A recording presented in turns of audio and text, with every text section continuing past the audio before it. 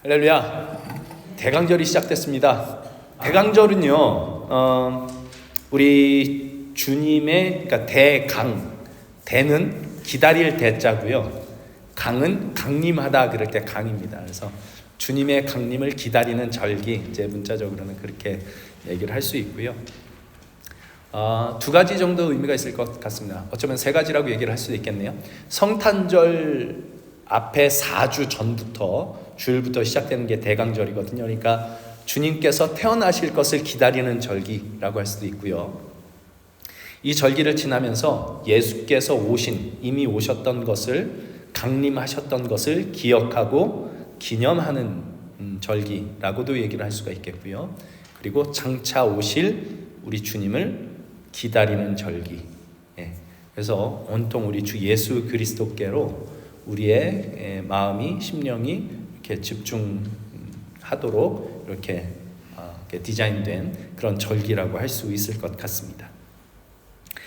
그래서 왜 우리는 이 대강절 기간에 예수님의 오셨던 이 초림, 예수님의 오셨던 것을 기억하고 기념하며 또 다시 오실 주님을 기다리고 기대하며 이 절기를 지내야 되는가 하는 것을 오늘 본문 말씀을 통해서 한번 좀 살펴보려고 합니다. 오늘 본문 말씀 중에는 우리 인간이 어떤 존재인가 하는 것을 아주 적나라하게 이야기하는 내용이 있습니다. 5절에 보시면 이런 탄식이 나옵니다. 주께서 기쁘게 공의를 행하는 자와 주의 길에서 주를 기억하는 자를 선대하시거늘 우리가 범죄함으로 주께서 진노하셨사오며 이 현상이 이미 오래되었사오니 우리가 어찌 구원을 얻을 수 있으리까. 이 말씀을 좀 생각해 보면 좀 재밌다고 해야 될까? 이런 표현이 이렇게 나옵니다. 주께서 기쁘게 공의를 행하는 자와 주의 길에서 주를 기억하는 자를 선대하신다, 이렇게 얘기를 하고, 그리고는 그런데 우리가 범죄해서 주님이 진노하셨다. 그러니 우리가 어떻게, 이게 벌써 오래됐는데, 하나님께서 진노하신 지가 벌써 이렇게 오래됐는데 우리가 어떻게 구원을 얻을 수 있을까? 이제 이렇게 얘기를 하고 있는 거죠. 그러니까 지금 이 탄식을 하는 사람들이 공의를 행하는 자를 하나님이 선대하시고 범죄하는 자에게는 하나님이 진노하신다라는 것을 압니다. 그렇죠? 그걸 알면 해야 되는 게 뭘까요? 아는 대로 살면 됩니다. 범죄하지 않고 공의를 행하면 됩니다. 그게 답입니다. 그런데 답은 알겠는데 답대로 하지를 못하더라 라는 거죠. 네가 엄마 말만 잘 들어봐라. 자다가도 떡이 생긴다. 이게 답입니다. 근데 답대로 살지를 못하더라는 거예요. 왜냐? 6절. 무릇 우리는 다 부정한 자 같아서 우리의 의는 다 더러운 옷 같으며 우리는 다 잎사귀같이 시들므로 우리의 죄악이 바람같이 우리를 몰아가나이다. 이거죠. 기가 막힌 말씀입니다. 공의를 행하면 된다는 걸 아는데 공의를 행할 능력이 없는 자신의 모습을 보는 겁니다. 내가 가진 의는 다 더러운 옷에 불과하더라는 것을 보는 겁니다. 우리의 죄악이 바람같이 우리를 몰아가서 하나님의 공의에 다다를 수 없게 하더라. 우리의 죄가. 그러니 어떻게 구원을 얻을 수 있겠습니까? 라는 절망에 찬 탄식을 할 수밖에 없는 그 세상과 자기들의 인생, 자기의 모습을 보고 있는 그런 현실입니다. 근데 지금 이 이사야서가 쓰인 게 거의 약 2700년 전에 쓰여진 글인데 2700년 전에 기록된 이 절망적인 현실이 사실은 오늘 우리의 현실과 다르지 않습니다. 뭐가 다르지 않느냐? 답을 아는데 답을 살아낼 능력은 없더라. 우리가 그런 존재더라 라는 현실이 다르지 않죠. 저들이 공의를 행하면 된다는 답은 아는데 그걸 못해서 절망했던 것처럼 용서를 하면 된다는 걸 아는데 그걸 못합니다. 사랑을 하면 된다는 걸 아는데 그걸 못하더라는 거죠. 그렇지 않습니까? 성경의 아주 긴 이야기, 아주 큰 부분을 차지하고 있는 이 한 가지 이 내용을 짧게 요약해서 얘기를 하면 이겁니다. 하나님께서 말씀하신 대로 살면 세상은 천국이 된다. 할렐루야! 그게 하나님께서 주신 율법이었습니다. 짐으로 주신 게 아니라 이게 너희의 행복을 위해서 내가 너희에게 준 것 아니냐, 이렇게 주신 거였단 말입니다. 그런데 사람은 하나님 말씀대로 살지를 못하더라. 이게 성경이 아주 핵심적으로 얘기를 하고 있는 이 세상과 우리의 현실에 대한 그 실체를 폭로하는, 아주 길게 이스라엘 역사에서 보여준, 그리고 우리의 삶 속에서 보여주고 있는 그런 이야기입니다. 저도 여러분도 예외가 아닐 겁니다. 왜냐? 우리는 사랑과 용서가 답인 줄 알고 정의가 공의가 답인 줄 아는데 왜 그 답대로 살지를 못하느냐? 성경은 그것을 죄 때문이라고 얘기를 합니다. 아까 말씀드렸던 6절에 나왔던 우리의 의는 다 더러운 옷에 불과하고 우리의 죄가 우리를 몰아가고 있는 그 죄 때문이라고 얘기를 합니다. 죄란 가장 근본적으로 하나님을 떠난 것, 하나님을 마음에 두지 않는 것입니다. 그것이 선악과에 나오는 이야기이지요. 우리 조상 아담과 하와가 선악과를 왜 먹었느냐? 창세기 3장 5절에 이렇게 이야기를 합니다. 뱀이 한 얘기예요. 너희가 그것을 먹는 날에는 너희 눈이 밝아져 하나님과 같이 되어 선악을 알 줄 하나님이 아심이니라. 너희가 하나님과 같이 되어 선악을 알게 될 것을 하나님이 아시기 때문에 선악과를 먹지 말라고 한 거다라고 얘기를 하는 거예요. 이게 뱀이 한 말인데 선악을 아는 게 나쁩니까? 선악을 아는 게 나쁜 일은 아니죠. 그러나 선악을 아는 일에 있어서 내가 하나님과 같이 되겠다, 이게 이제 문제였던 겁니다. 선과 악은 하나님만 정하실 수 있는 것인데 내가 하나님이 되어 내가 선과 악을 정하겠다, 이게 이제 죄의 핵심이었던 거죠. 선과 악을 내가 정하기 시작하면요, 다른 모든 사람들이 내가 정한 선과 악을 따라서 내가 정한 선과 악의 그 기준대로 살아주면 괜찮습니다. 그럴 리가 없잖아요. 근데 각자가 다 생각하는 선과 악이 달라요. 내가 기분 좋은 게 선이고요, 내가 기분 나쁜 게 악이에요. 그러니까 서로 다툼과 분열과 폭력이 일어날 수밖에 없는 상황으로 갈 수밖에 없는 겁니다. 선과 악이 서로 다르니까. 내 마음에 들지 않으면 그가 악입니다. 그래서 사나운 말로, 날카로운 눈빛으로, 냉소적인 표정으로 폭력을 행사하는 세상, 뭐든지 나가 기준이 되어, 그 어떤 목사님이 요나서를 설교하면서 이렇게 얘기를 했대요. 나가 문제다. 이렇게 말씀하셨어요.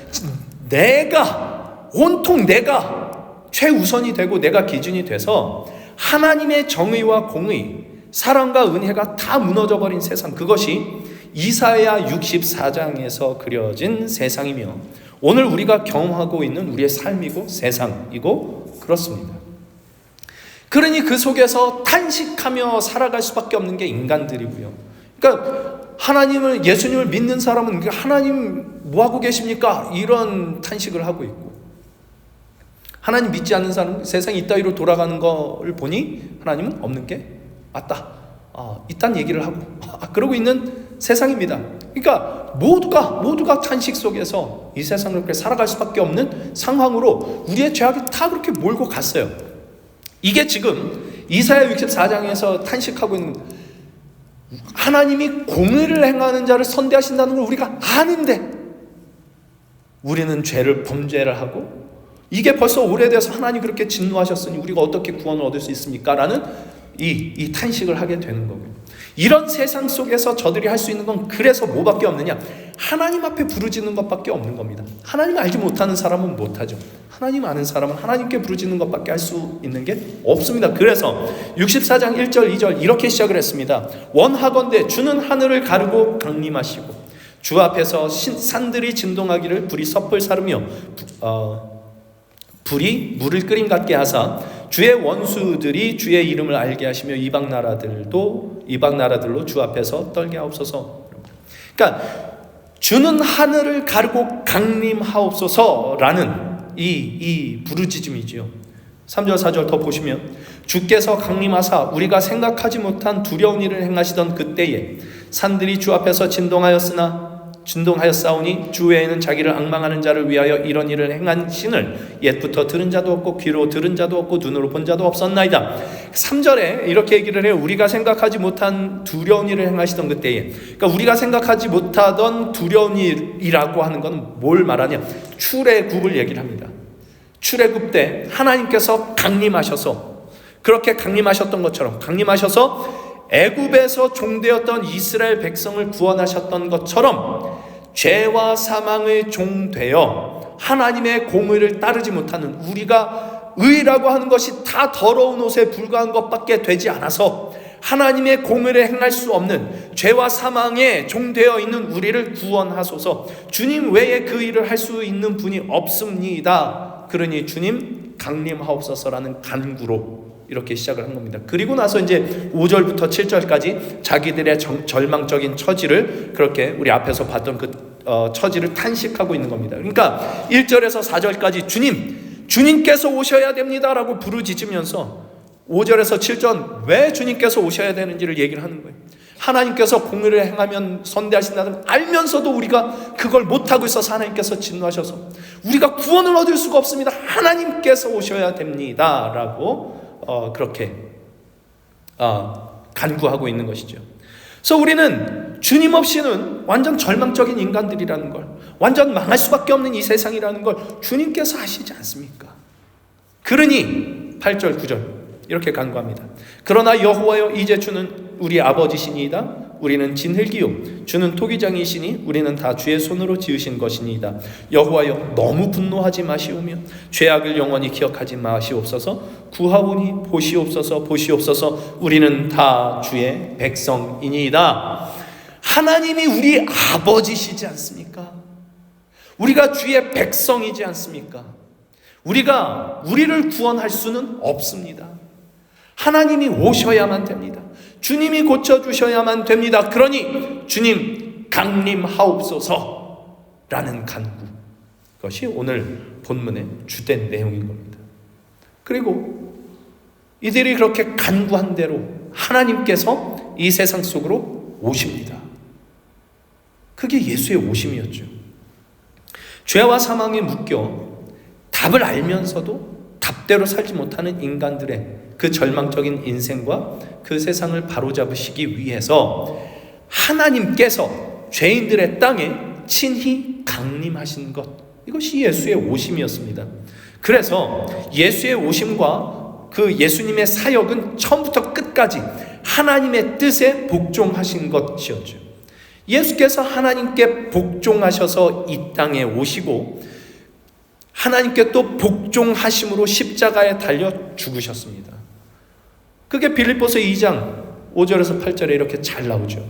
너희 안에 이 마음을 품으라 곧 그리스도 예수의 마음이니 그는 근본 하나님의 본체시나 하나님과 동등됨을 취할 것으로 여기지 아니하시고 오히려 자기를 비워 종의 형체를 가지사 사람들과 같이 되셨고 사람의 모양으로 나타나사 자기를 낮추시고 죽기까지 복종하셨으니 곧 십자가에 죽으심이라.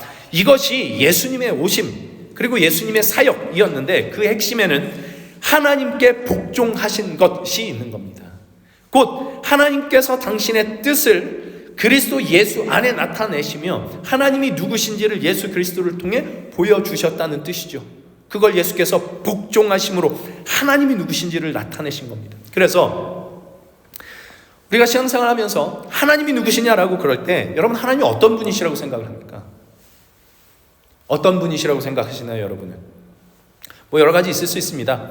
하나님은 거룩하신 분이시다. 하나님은 높으신 분이시다. 하나님은 영광스러운 분이시다. 이런 하나님의 크고 위대하신 이야기, 이거 우리가 할 수 있는데 지금 이 예수 그리스도 안에서 보여주시는 하나님은 죄인들을 구원하시기 위하여 하늘 영광을 버리고 죄인들의 세상에 오신 분, 죄인을 위하여 자기 생명을 내어주시기 위해 이 땅에 내려오신 분으로 예수 그리스도 안에서 하나님이 자기를 나타내고 계시는 겁니다. 이게 우리 기독교 신앙의 본질이고 핵심이고 독특성입니다. 신의 위대함, 신의 영광, 이런 것들은 다른 종교에서도 얼마든지 말합니다. 그러나 신이 인간이 되었다는 것, 신이 인간을 위해 죽었다는 건 말이 안 되는 겁니다. 그래서 다른 모든 종교와 구별되는 기독교 신앙의 독특성은 예수 그리스도께 있습니다. 그것은 예수님이 다른 종교의 신들보다 더 우월하시기 때문이 아니라, 물론 우월하시기도 하고 우월한 정도가 아니라 유일한 하나님이 우리 삼위일체 하나님이시지만, 기독교 신앙은 어떤 신이 더 우월하느냐 여기엔 전혀 관심이 없습니다. 예수 그리스도를 통해 보이시는 기독교 신앙의 독특성이 뭐냐라는 것을 이렇게 보여주시는 거죠. 하나님이 인간의 몸을 입고 와서 그 하나님이 인간을 위해 십자가에 달려 죽으셨다. 여기에 기독교 신앙의 가장 중요한 핵심, 독특성이 있다고 얘기를 하는 겁니다. 그래서 바울은 이 예수님의 십자가를 두고 하나님의 능력이요 하나님의 지혜라고 이야기를 합니다. 고린도전서 1장 23절 24절입니다. 우리는 십자가에 못 박힌 그리스도를 전하니 유대인에게는 거리끼는 것이요 이방인에게는 미련한 것이로되 오직 부르심을 받은 자들에게는 유대인이나 헬라인이나 그리스도는 하나님의 능력이요 하나님의 지혜이니라. 자, 보십시오. 하나님이 위대하신 분, 하나님이 전능하신 분, 하나님 크신 분. 그래서 우리가 뭘 해야 돼? 하나님의 그 힘에 짓눌려서 거기에 우리가 복종해야 된다라고 얘기를 하는 게 아니라, 하나님의 능력과 하나님의 지혜는 이거다라고 얘기를 하는데, 그게 뭐냐? 하늘 영광을 버리고 이 땅에 오사 십자가 달려 죽으신 예수 그리스도, 그분이 하나님의 지혜고 하나님의 능력이다. 그 십자가가 하나님의 지혜고 하나님의 능력이다. 이렇게 얘기를 하는 겁니다. 그리고 이 예수님의 성육신과 이 예수님의 십자가는 어떻게 살아야 하는지 답은 아는데 그 답대로 살 능력은 없는, 그 능력은 잃어버린 절망에 빠진 죄인들을 구원하시기 위한 하나님의 능력이며 하나님의 지혜였습니다. 이게 하나님의 능력, 하나님의 지혜입니다. 이 지혜가, 하나님의 지혜가 솔로몬의 이야기에서 매우 잘 드러나죠. 솔로몬이 하나님께 지혜를 구했습니다. 그래서 하나님께서 지혜를 주셨죠. 그래서 곧바로 무슨 일이 있었죠? 솔로몬의 재판, 그 유명한 솔로몬의 재판이 이야기가 나옵니다. 그 재판의 내용 여러분 다 아시죠? 예. 간단하게 말씀드리자면 아시겠지만, 두 여인이 거의 같은 날에 이렇게 아이를 낳는데, 간밤에 엄마가 한 아이를 이렇게 깔아뭉개서 죽었습니다. 바꿔치기를 했죠. 근데 이 엄마는, 진짜 엄마는 환장하죠. 근데 이 가짜 엄마도 얘가 자기 애라고 그러고 재판장에 갑니다. 솔로몬을 찾아가. 서로가 다 자기가 진짜 엄마라고 얘기를 하자 솔로몬이 뭐라고 판결을 내렸죠? 칼을 가져와라. 아이를 반으로 갈라라. 그러자 진짜 엄마가 뭐라 그럽니까? 차라리 이 아이를 저 여인에게 주십시오. 재판의 궁극적인 목적은 뭡니까? 옳고 그른 것을 가려내는 거죠. 그러나 지금 여인의 엄마에게는 재판에서 이기고 지는 것은 아무런 문제가 아닙니다. 자기가 진짜 아기 엄마라고 증명해내는 그것도 아무 의미가 없습니다. 엄마에게는 아이의 생명이 가장 중요한 문제입니다. 그래서 너무나 억울하지만 지기로 하는 겁니다. 내가 포기하겠습니다. 아이를 저 여인에게 주십시오. 그래서 솔로몬이 진짜 엄마를 찾아냅니다. 여기에 하나님의 지혜가 있죠. 하나님이 이렇게 말씀하시는 겁니다. 네가 죽어버리면 내가 옳다는 게 무슨 소용이냐. 네 생명이 가장 중요하단다. 일단 네가 살아있어야 내가 옳다는 것도 의미가 있고, 네가 내 말을 듣는 것도 다 의미가 있지. 네가 살아있어야. 너 살아있어야 된다. 너 나의 생명 속으로 들어와야 된다. 이렇게 말씀하시는 겁니다. 생사가 걸린 문제에 있는 아이를 보는 엄마의 심정으로 우리를 하나님께서 바라보시며 우리를 구원하시기 위하여 당신의 오르심과 당신의 전능하심을 잠시 접어두신 것, 그래서 육신을 입고 죄인들의 세상 속으로 들어오신 것. 생각을 해보십시오. 하나님께서 옳고 그른 것을 갈라내시는 분이셨다. 우리한테는 소망이 없습니다. 그렇잖아요. 하나님이 공의를 행하는 자에게 선대하신다는 걸 우리가 아는데 우리는 범죄하여 하나님의 진노를 샀습니다. 우리의 의는 다 더러운 옷 같습니다. 하나님이 공의를 원하신다는 걸 아는데 못합니다. 하나님이 옳고 그른 것을 가르치는 분이셨으면 우리는 끝났습니다.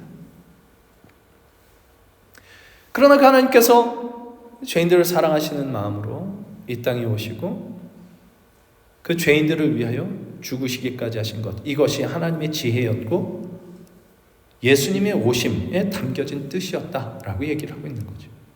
그래서 예수의 오심이라고 하는 것은 하나님의 선하심이기도 하고 하나님의 능력이기도 하고 하나님의 지혜이기도 한데, 그 하나님의 선하심과 능력과 지혜는 우리가 흔히 생각하는 것처럼 하나님은 선하시고 인간은 악해, 하나님은 옳으신 분이시고 인간은 틀려먹은 존재, 하나님은 전능하신 분이시고 인간은 무력한 존재, 그러니 그 앞에 무릎 꿇어 라는 하나님과 인간 사이에 뛰어넘을 수 없는 간극을 드러내려는 것이 하나님의 지혜, 하나님의 능력, 이걸 얘기를 하는 게 아니고, 그건 맞는 말이에요. 뛰어넘을 수 없는 간극이 있다는 건 맞는 말입니다. 그러나 하나님의 지혜, 하나님의 능력이라는 말로 성경이 우리에게 얘기하고자 하는 건 이겁니다. 인간의 옳지 않음과 불의함과 무력함에도 불구하고 그런 인간을 하나님께서 사랑하사 생명을 잃은 죄인들에게 생명을 주시고 그 생명 안에서 하나님과 친밀한 관계를 누리게 하시기 위해서라면 기꺼이 자기를 비우시고 낮추시고 심지어 죽어주실 수도 있는 분이 하나님이시다. 이것이 하나님의 지혜고 하나님의 능력이다. 이것이 예수의 오심 속에 담겨져 있는 뜻입니다. 너무나 감사한 일이지 않습니까? 이것이 대강절, 예수의 초림을 기억하며 우리가 기억하고 기념해야 할 내용인 거죠. 그리고 바로 이 하나님의 지혜만이 모두가 다 하나님을 떠나 자기가 하나님이 되어 자기가 선악을 정하려는 이 세상 속에서, 그래서 불의와 분열과 다툼이 끊어지지 않는 이 세상 속에서 우리 다 알아요. 서로 조금만 참고 조금만 더 용납하고 조금만 더 사랑하면 해결될 문제라는 걸 다 알지만 그렇게 살질 못해서 망해가는 인생과 세상 속에서, 이 죄인들의 인생 속에서 우리가 부르짖어 구하고 실제로 우리 안에 역사하기를 간구해야 할 궁극적 해결책이 바로 이 하나님의 지혜이기 때문에 오늘 이사야서에서 이스라엘 백성이 부르짖는 겁니다. 주님, 하늘을 가르고 강림하소서. 주님이 오시지 않으면 우리에게는 소망이 없습니다. 주님이 오셔야만 우리에게 소망이 있습니다. 우리에게 구원이 있습니다. 하나님의 지혜, 하나님의 능력으로 나타나신 예수 그리스도가 우리에게 오셔야 됩니다 라는 이 간구가 사실은 이 이사야서 속에 이미 들어가 있는 그 간구이고 오늘 우리가 해야 되는 간구인 거죠. 기독교 신앙은 그래서 주님 강림하옵소서라는 심정으로 하나님의 지혜를 끊임없이 구하는 것입니다. 하나님의 지혜는 뭐라고요? 십자가에 달려 죽으신 예수 그리스도요.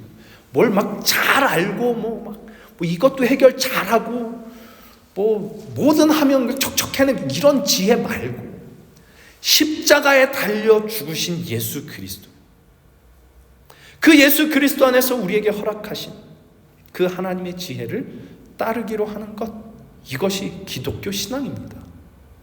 그래서 뭘 할 수 있을까요? 재판에서 져줄 수 있는 겁니다.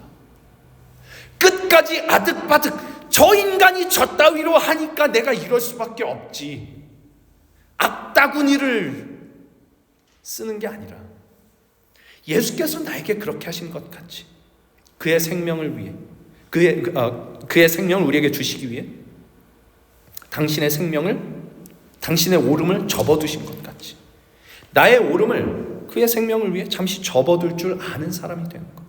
내가 옳은 거 그거 좀 틀려도 괜찮아. 몰라줘도 괜찮아. 네가 살아야 돼. 로 가는 거. 참아줄 줄 아는 것. 기다려줄 줄 아는 것. 주님께서 십자가에서 두 팔 벌려 우리 죄인들을 용납하심과 같이 용서하고 용납하고 기다리고 참아줄 줄 아는 것. 주께서 강림하실 때 일어날 일들입니다. 근데 이게 안 돼요. 너무 힘듭니다. 왜냐? 우리로서는 안 되거든요. 주님이 오셔야 되거든요. 주님이 오셔야 되는 일이거든요. 주께서 강림하셔야만 되는 일이거든요. 그래서 주님을 기다리는 것입니다.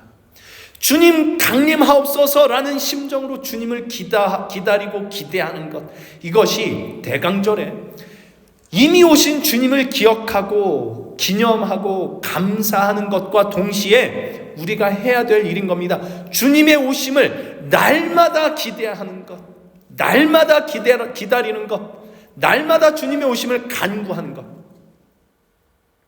예수께서 다시 오실 걸 우리 믿습니다. 그렇죠? 마침내 다시 오실 그날에는 하나님의 나라가 완성될 것입니다. 새 하늘과 새 땅이 완성될 것입니다. 그러나 그때까지 기다리는 게 아니고 우리의 매일의 삶 속에 주께서 강림하셔서 지금 내가 이렇게 하면 된다는 걸 아는데 안 되는 거를 주의 지혜로 살아갈 수 있게 만들도록, 주께서 오시도록 끊임없이 간구하며 살아가는 이것이 우리가 대강절 기간을 지나면서 끊임없이 간구해야 할 일입니다. 근데 어떤 사람이 주님을 간절히 기다릴까요? 여러분, 주님을 간절히 기다리십니까? 오시기를 바라십니까? 여러분 생각해 보십시오. 햄릿을 보시면 햄릿에 그 덴마크 왕자가, 햄릿 내용 아시나요? 덴마크 왕자가 그 그러니까 삼촌이 아버지를 죽였거든요. 근데 이제 모르고 있다 아버지가 꿈에 나타나가지고 알려주신 거야. 그래 이제 삼촌을 죽일 기회를 찾고 있어요. 죽일 기회를 찾고 있는데 이제 어느 날 기회가 딱 찾아왔어요. 근데 그 기회가 어떤 기회냐면 이 삼촌이 골방에 들어가서 기도를 하고 있는 거야. 자기가 잘못한 걸 뉘우치고 있는 건지 뭘 하고 있는지 하여튼 기도를 하고 있어요. 혼자 딱 있고 이 햄릿의 손에는 칼이 쥐어져 있습니다. 가서 푹 찌르기만 하면 복수를 할 수 있어요. 근데 못해요. 왜 못하냐? 이걸 찌르면 어떻게 되냐?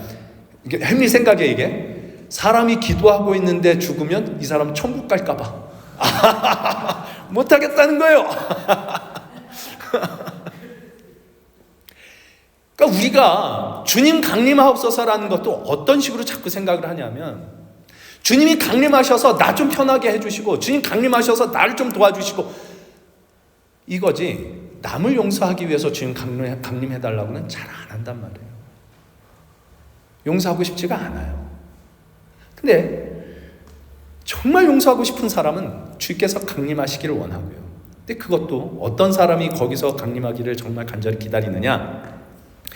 솔로몬이 하나님께 지혜를 구할 때 이렇게 말했습니다. 종은 작은 아이입니다. 선악을 분별하게 해주십시오.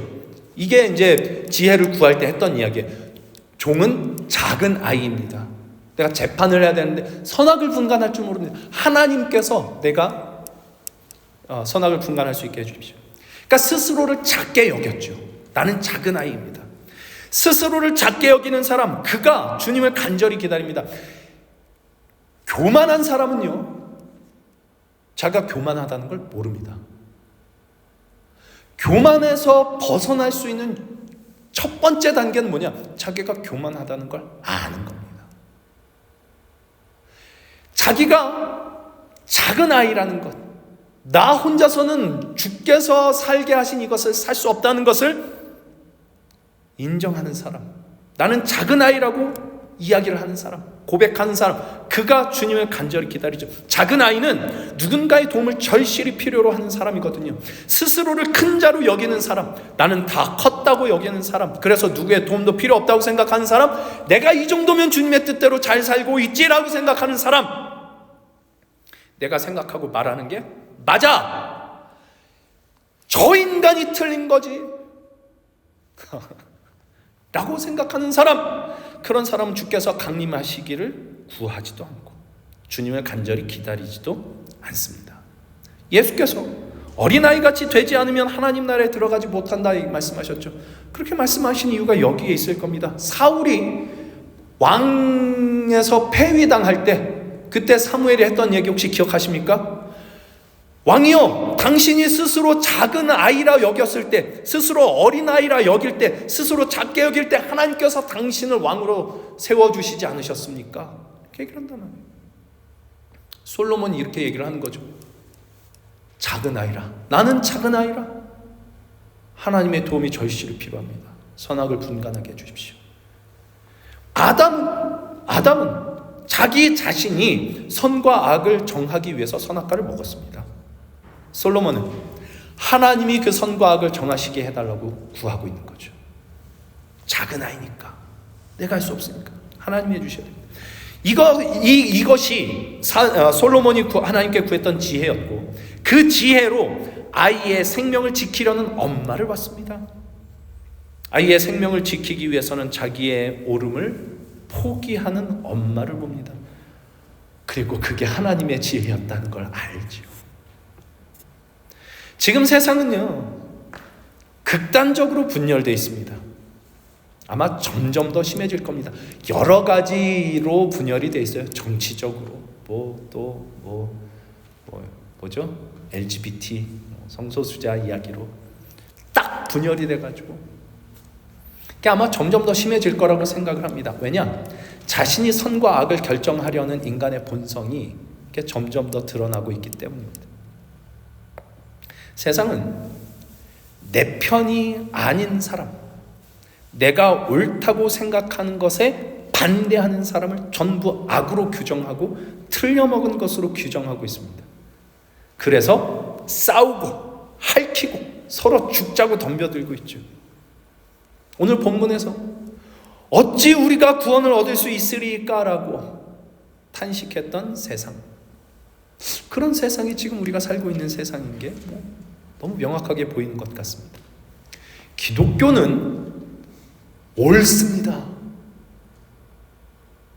믿으십니까? 할렐루야! 기독교는 옳습니다. 그러나 옳은 것 가지고 세상과 싸우지 않습니다. 도리어 옳지만 져줄 때, 옳은 것이 십자가에 못 박힐 때, 그리스도 예수의 빛이 세상 가운데 비춰질 겁니다. 그리고 그 빛이 비춰지는 곳에서야 분열과 다툼이 가득한 이 세상에 치유가 일어날 겁니다. 예수의 오심이 가져다 주시는 참된 평화가 그 자리에 있게 될 겁니다. 이게 안 돼서, 우린 다 이게 안 돼서 우리의 의는 다 더러운 옷에 불과합니다. 우리가 어찌 구원을 얻을 수 있겠습니까? 탄식을 하고 있을지도 모르겠습니다. 오히려 이 탄식을 하는 사람들에게 소망이 있습니다. 난 잘하고 있어, 난 오라 이러고 있으면 이제 소망이 없는 겁니다. 그 탄식을 하는 사람에게 나는 어린아이입니다, 주님이 절대로 필요합니다 라고 자신의 처지를 주님께 솔직하게 털어놓는 이에게, 주님 강림하소서, 주님이 오셔야만 합니다 라고 간절히 기도하는 우리에게 주님은 기꺼이 당신을 주실 것입니다. 이미 오신 예수님을 감사할 수 있기를 바랍니다. 그 감사할 뿐만 아니라 오늘, 내일, 그리고 우리가 살아가는 매일의 삶 속에 매일같이 주님께서 강림하시기를 간구하며 살아갈 수 있는 저희들이 되면 좋겠습니다. 나 같은 사람도 구원하신 기적을 우리가 맛보게 될 것이고, 나 같은 사람도 그리스도의 빛이 되게 하시는 하나님의 기적이 우리가 주님 강림하옵소서라고 간구하는 그 간구 속에 나타나게 될 것입니다. 기도하겠습니다.